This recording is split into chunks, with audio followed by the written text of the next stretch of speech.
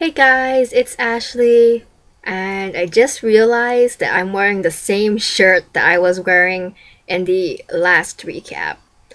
That's really weird. Something different is my Hunger Games calendar. Finally got a new calendar for this year, so it's Hunger Games, and I wanted to get a Pretty Little Liars one, but I couldn't find one where I live, so that sucked.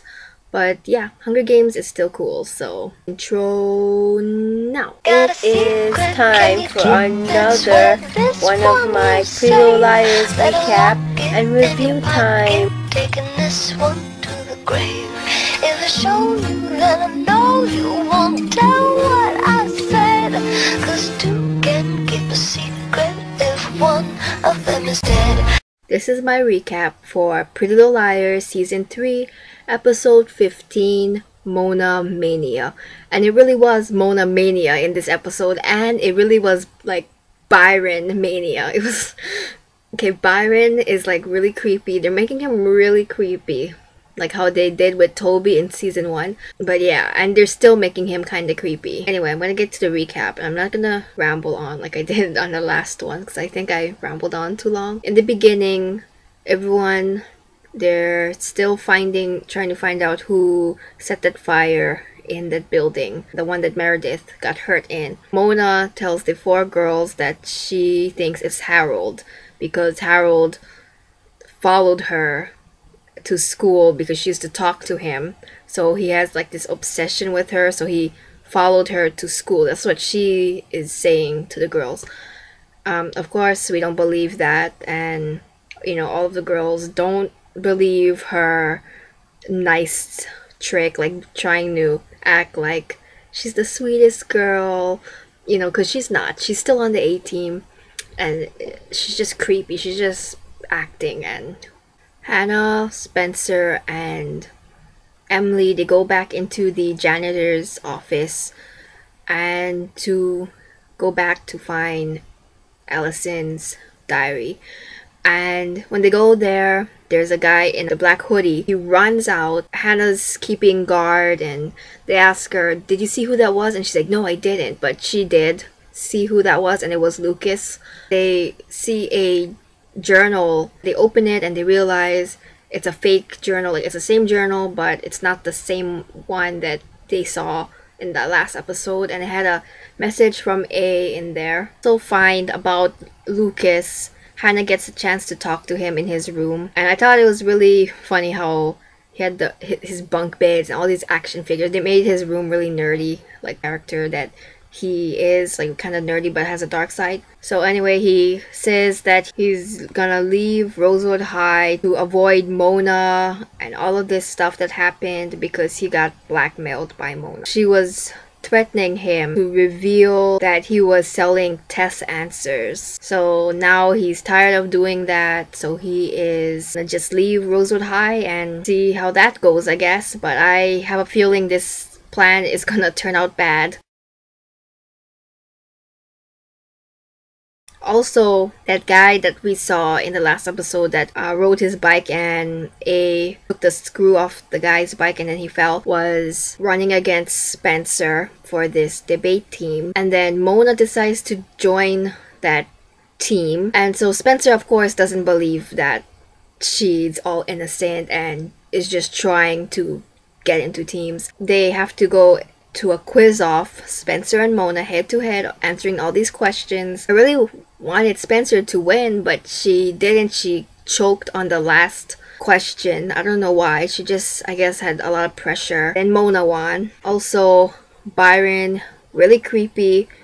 Aria hid those pages that revealed about her dad meeting Allison on the day that she died. Those diary pages, she hid them in her boots in her closet, and when she tried to find it with Hannah and Emily, the pages were gone, like missing. They couldn't find it. And then Byron comes out of nowhere into her room and says, like, he says something about, "Oh, remember how Mike used to hide his Halloween candy in his boots," or something. Like, that's just creepy. And then he's just acting as if like nothing's wrong, and then he just walks away. Like, Byron is just, oh, creepy. And And then Aria, she sees her mom at school, and then she asks her mom about the night Allison died, like what her and Byron did. And basically Ella tells Aria that they went to this barbecue and then they came home and she snuck wine or something, and he kept pouring her like glasses of wine, and then they just fell asleep and they slept in the next day. And so Aria doesn't really know what to think of all this, because Garrett was telling Spencer, who told Aria that Aaron was with Allison, and then now Ella, who's her mom, who she should believe was with Ella all night, unless he snuck out of the house while Ella was sleeping, and he did that. Maybe he did that on purposely. Who knows? And then we see Meredith and Byron fighting in Aria's house, and Byron just grabs her arm where she has a bandage from the burn in that building at school. He was just really mad, and like, I don't know what they were fighting about. She leaves the house and Aria follows her to the grill, and they have a chat, and it was really nice because finally for once Meredith and Aria don't hate each other. You know, it was a nice moment that they could relate.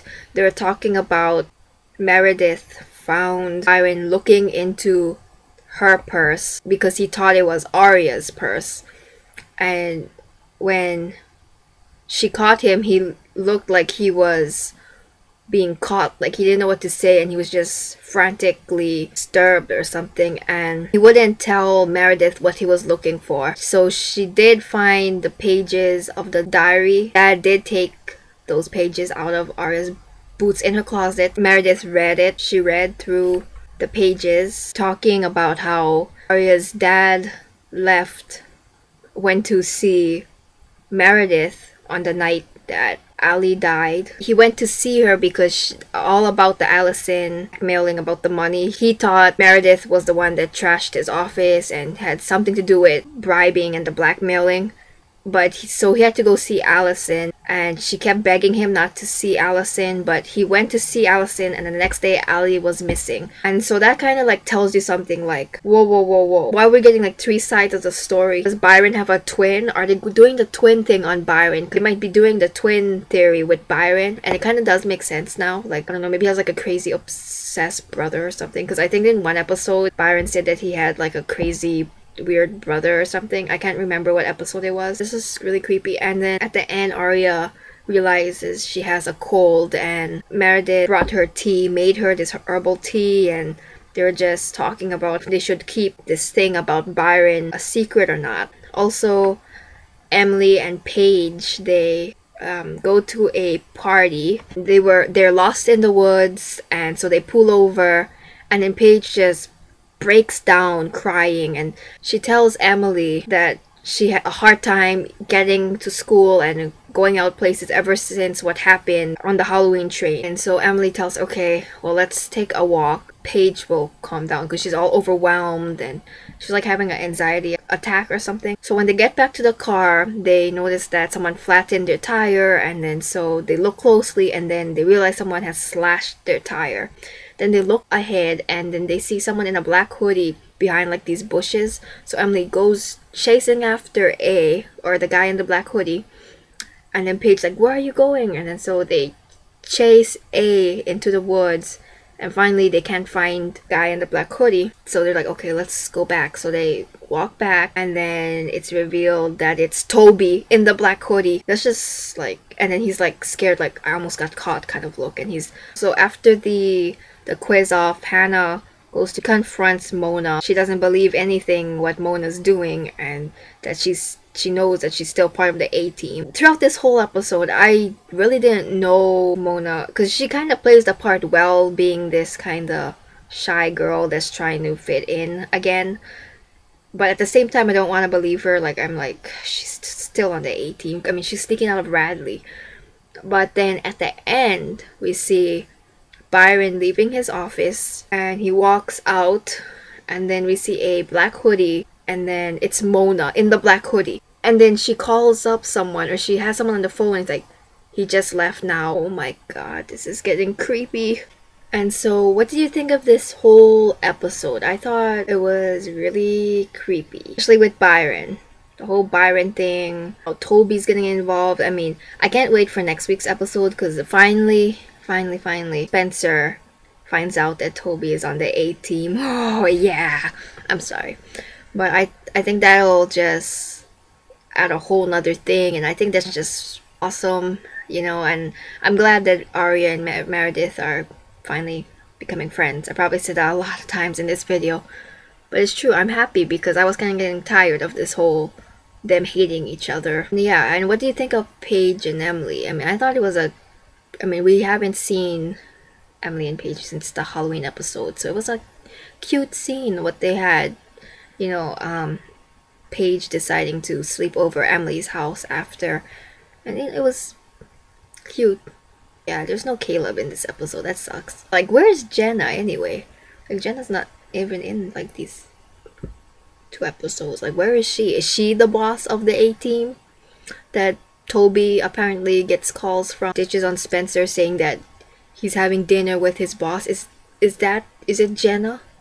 And what even happened to Melissa? Like, we haven't seen her in a while. Like, maybe she's on the A team somehow. I don't even know. This series is like, God, crazy. And where was Jason in this episode? Like, that's what I'm wondering.